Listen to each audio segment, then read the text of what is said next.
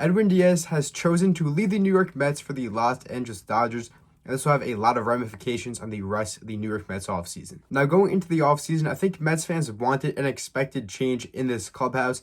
However, I think that Edwin Díaz coming back was something that the fans definitely wanted and needed to happen. Now, just last week, the Mets did bring in Devin Williams on a 3-year, $50 million contract to become the team's new closer, but at the time, he's supposed to just be that setup man for Edwin Díaz. However, now with Edwin Díaz leaving for the Los Angeles Dodgers, he'll be manning the back end of that bullpen all season long. Now, other than him, there's really no one else in this Mets bullpen other than maybe AJ Minter that's really a Major League Baseball caliber reliever, so Mets have a lot of work to do there. And I mean, I'll just read off you guys the names of the guys in this Mets bullpen. So we have Devin Williams and AJ Minter, who are the two guys who I said are Major League capable. But then we have Adbert Alzolay, Brooks Raley, who actually is a good reliever.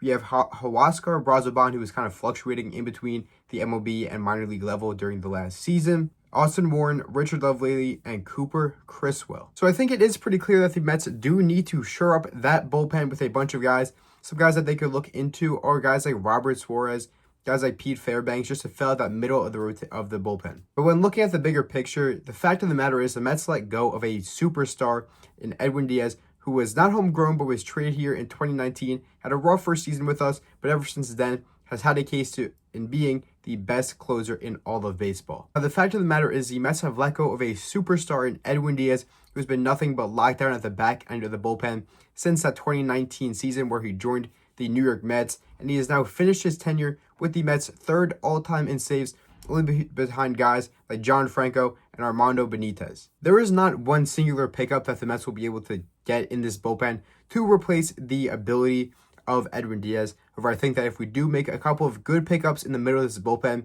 and Devin Williams returns to form, this bullpen could still be functional in the 2026 season. So Mets fans, let me know in the comments what you think of Edwin Díaz leaving for the Los Angeles Dodgers. And the fact of the matter is, he was the one who chose to leave.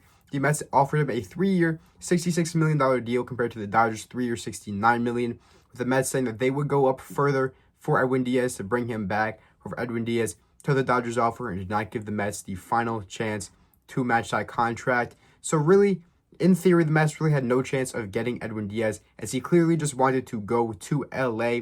But Mets fans, what do you think of David Stearns after all this, letting another big name free agent go? And how do you want David Stearns to fix the rest of this bullpen as the offseason moves on? Let me know in the comments. And thank you for watching. Subscribe to the channel so you never miss another Mets update. I'll see you guys in the next one. Peace.